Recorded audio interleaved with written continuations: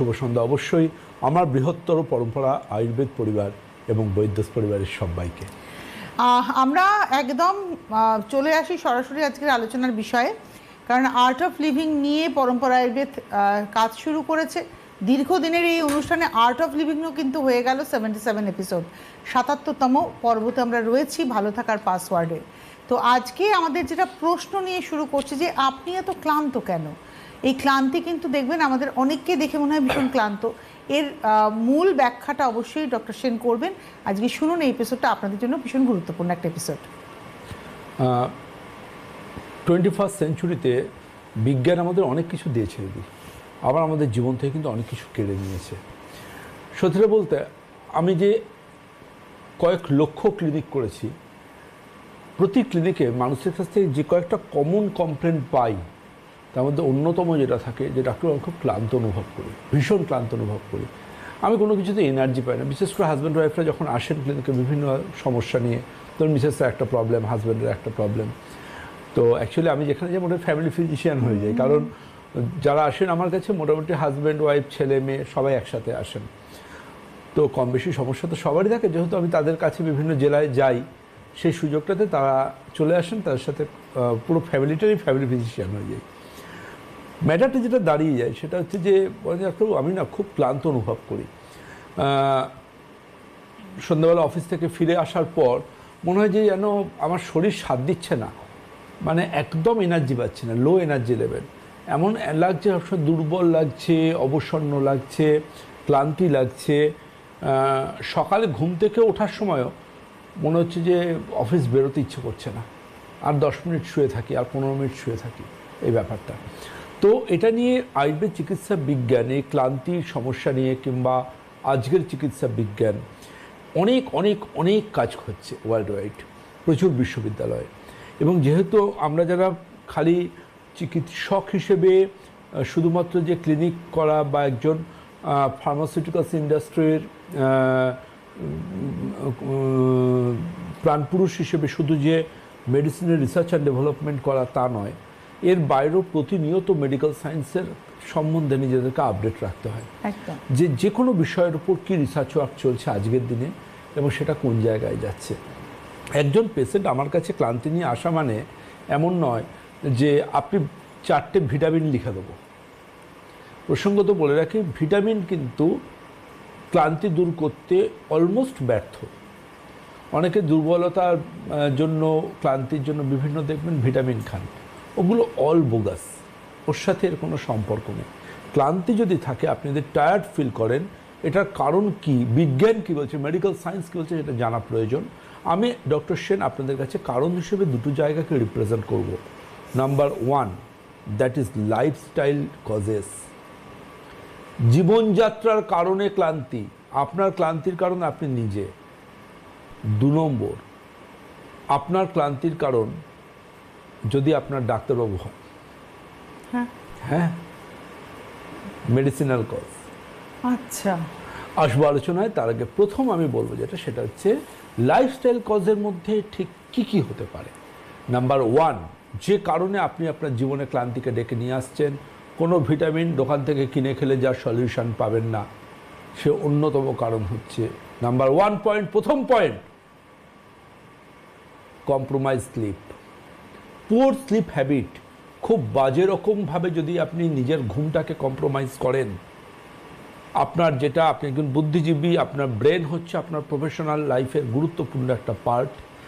একটা গাড়িকেও যখন আমরা লম্বা রান করাই, আমাদের তাকেও একটা রেস্ট দিতে হয়, কিন্তু আপনি আপনার ব্রেনকে রেস্ট দিচ্ছেন না।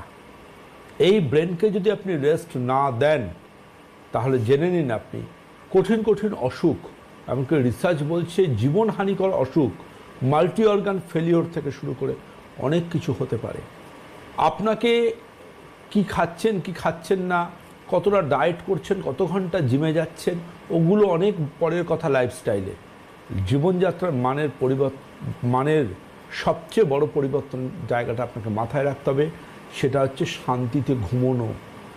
আপনি যে ঘুমোবেন, কেউ আপনাকে ডিস্টার্ব করবে না, আপনার বাচ্চা আপনাকে ডিস্টার্ব করবে না, আপনাকে বলা থাকবে আপনার আপনি যদি ক্লান্ত থাকেন, আপনার লাইফ পার্টনারকে বলা থাকবে, আপনার ফ্যামিলির লোকজনদের বলা থাকবে যে আমাকে কেউ বিরক্ত করবে না, আমার রেস্টটুকু প্রয়োজন, তা না হলে আমি কঠিন অসুখের সামনে পড়তে পারি।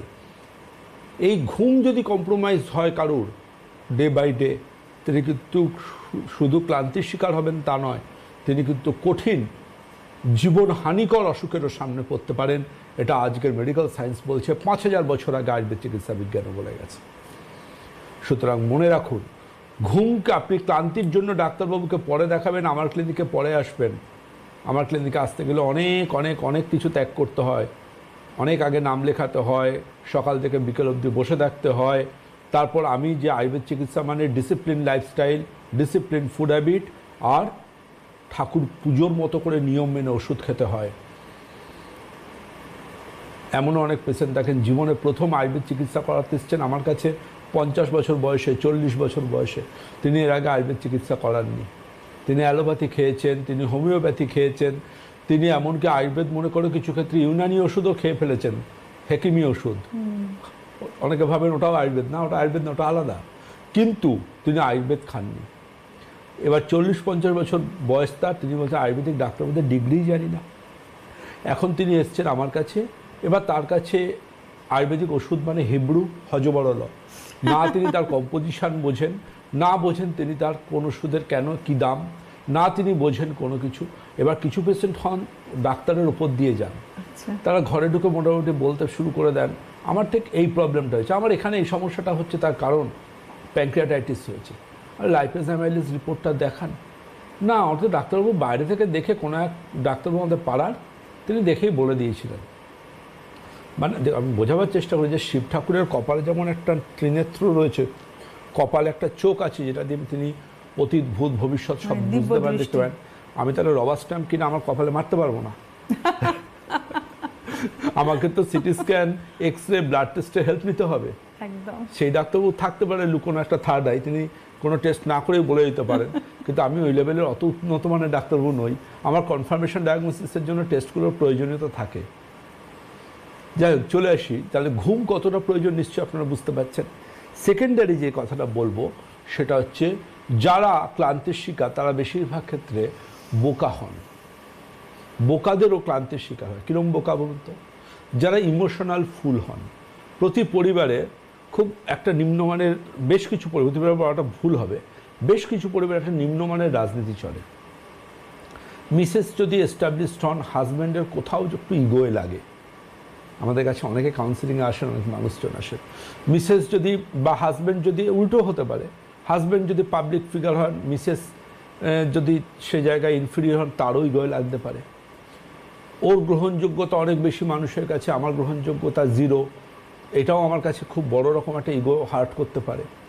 তো এই ধরনের মানুষদের মধ্যে, দুজনের মধ্যে যিনি ধরুন সামাজিক, তিনি খুব ব্রড মাইন্ডেড হন, কারণ তার ওয়ার্কিং স্পেসটা অনেক বড়, অনেক বড় তার কাজের পৃথিবী। তিনি অনেক মানুষের সাথে মেশেন, অনেক মানুষের সাথে ওঠা বসা করেন। তো তার ডিএনএর, তার বংশগত, তার ক্রোমোজোম অনেকটা বেশি উন্নত মানের। তো তাদের মধ্যে দেখা যায় যে তারা সহজে ইমোশনাল ফুল হয়, তারা সহজে বিশ্বাস করে ফেলেন, তারা গোটা পৃথিবীর সাথে লড়তে পারেন, নিজের চার দেয়ালে লড়তে পারেন না। তো কারণ তারা তো ব্রড মাইন্ডেড।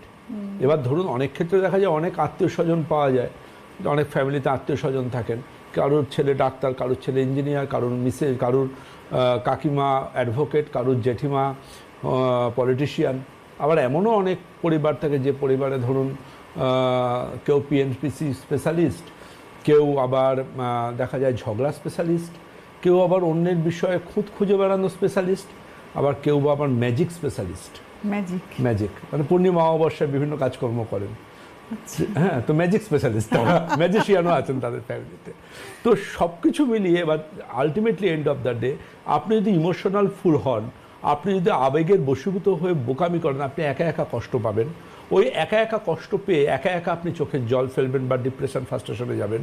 জেনে রাখুন, আপনি পার্মানেন্ট নিজেকে নিজে ক্লান্তির রুগী বানাবেন। আপনি যত ভালো খাওয়া দাওয়া করুন, যাই করুন, যত এসিতে ঘুমোন, যত ভালো লাইফস্টাইল কাটান, ক্লান্তি আপনাকে ছেড়ে যাবে না। আপনি সবসময় নিজেকে ক্লান্ত, দুর্বল এবং খুব নেগেটিভ মনে হবে। তাহলে লাইফ পার্টনার আর বাড়ির চারদিকের পরিবেশ ক্লান্তি কাটাবার জন্য অন্যতম বড় একটা মহৌষধ। আমি ডক্টর সেন আপনাকে বলছি। কেউ আছেন? নমস্কার।